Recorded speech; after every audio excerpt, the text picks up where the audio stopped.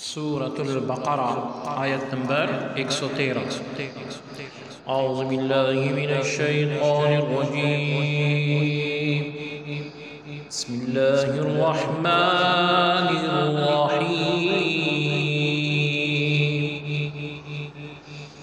وقالت اليهود ليست النصارى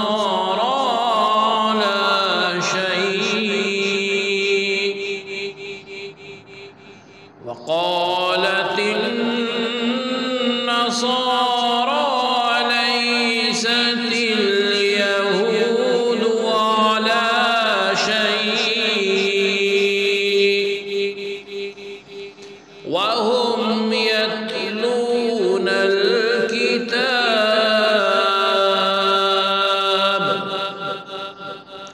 كذلك قال الذين لا يعلمون مثل قولهم فالله يحكم بينهم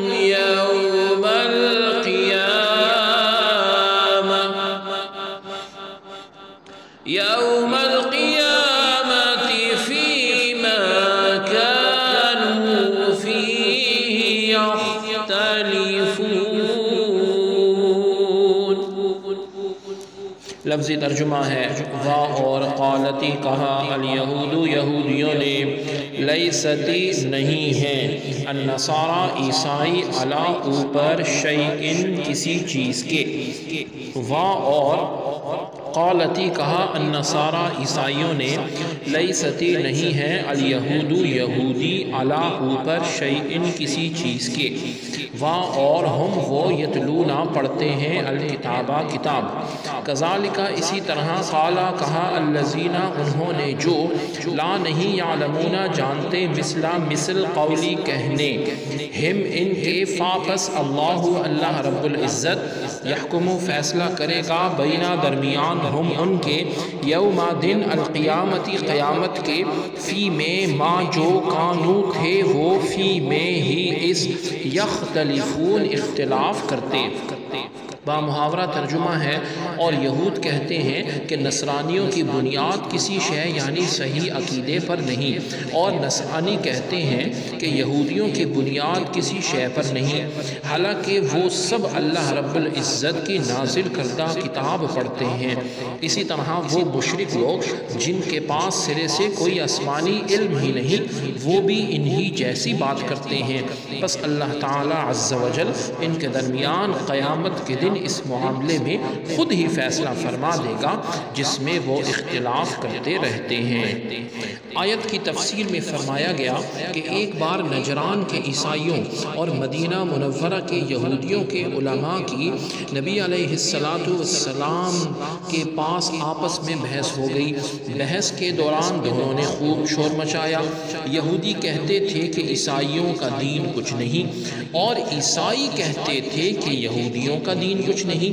اس پر یہ آیت نازل ہوئی یتلون الکتاب قرآن نے فرمایا وہ کتاب پڑھتے ہیں یعنی علم ہونے کے باوجود یہود اور نصارہ نے ایسی جاہلانہ گفتگو کی. حالانکہ انجیل شریف میں جس کو نصارہ مانتے ہیں اس میں تورات شریف اور حضرت موسیٰ علیہ السلام کی نبوت کی تصدیق ہے اور تورات جس کو یہودی مانتے ہیں اس میں حضرت عیسیٰ علیہ السلام کی نبوت اور ان تمام احکام کی تصدیق ہے جو آپ علیہ السلام کو اللہ تعالیٰ کی طرف سے عطا ہوئے. آیت میں ایک بہت بڑی تعلیم ہے اور یہ تعلیم مسلمانوں کو تنبیہ بھی ہے اس میں وارننگ بھی ہے. یہودیوں اور عیسائیوں کی اس طریقے کو بیان کر کے رسول اللہ صلی اللہ علیہ وسلم کی امت کے ان مسلمانوں کو سمجھایا گیا تعلیم دی گئی کہ جو قرآن مجید پڑھتے ہیں اور اس میں بیان کیے گئے احکام سے بھی آگاہ ہیں اور اس کے باوجود ان احکام پر عمل نہیں کرتے اور اگر عمل کرتے بھی ہیں تو فقط ان احکام پر جو ان کی خواہشات کے مطابق ہوتے ہیں اور جو احکام ان کی خواہش کے مطابق نہیں اس پر عمل نہیں کرتے. حضرت زیاد بن لبید رضی اللہ عنہ فرماتے ہیں نبی علیہ السلام نے کسی بات کا تذکرہ فرمایا اور ارشاد فرمایا یہ اس وقت ہوگا جبکہ علم اٹھ جائے گا۔ میں نے عرض کی یا رسول اللہ صلی اللہ علیہ وسلم علم کیسے اٹھ جائے گا، حالانکہ ہم قرآن پڑھتے ہیں اور اپنی اولاد کو پڑھاتے ہیں اور وہ اپنی اولاد کو پڑھائیں گے، اس طرح یہ سلسلہ قیامت تک چلتا رہے گا۔ تو آپ صلی اللہ علیہ وسلم نے ارشاد فرمایا اے زیاد تیری ماں تجھے گم پائے، میں تمہیں مدینہ کے فہیم یعنی سمجھدار لوگوں میں شمار کرتا تھا، کیا یہودی اور عیسائی تورات اور انجیل نہیں پڑھتے تھے؟ لیکن ان میں سے کوئی بھی اس پر عمل نہیں کرتا تھا۔ اسی طرح مسلمان قرآن تو پڑھیں گے لیکن اس پر عمل نہیں کریں گے، اور جو اپنے علم پر عمل نہ کرے وہ اور جاہل دونوں برابر ہیں۔ مسلمانوں کو قرآن مجید کی تلاوت کرنے، اسے سمجھنے اور دعا ہے کہ اس کے احکام اور تعلیمات پر عمل کرنے کی توفیق عطا فرمائے۔ آگے فرمایا کذالک قال، اسی طرح کہا اہل کتاب کے علماء کی طرح جاہل بت پرستوں اور آتش پرستوں نے ہر دین کو جھٹلانا شروع کر دیا اور کہنے لگے کہ دین کچھ نہیں۔ انہی جاہلوں میں سے مشرکین عرب بھی ہیں جنہوں نے رسول اللہ صلی اللہ علیہ وآلہ وسلم اور آپ کے دین کے بارے میں ایسے کلمات کہے۔ سبحانک اللہم و بحمدک، اشہد ان لا الہ الا انت، استغفرک و اتوب الیک، وصلی اللہ تعالی علی خیر خلقہ محمد وعلی آلہ و اصحابہ اجمعین برحمتک یا ارحم الراحمین۔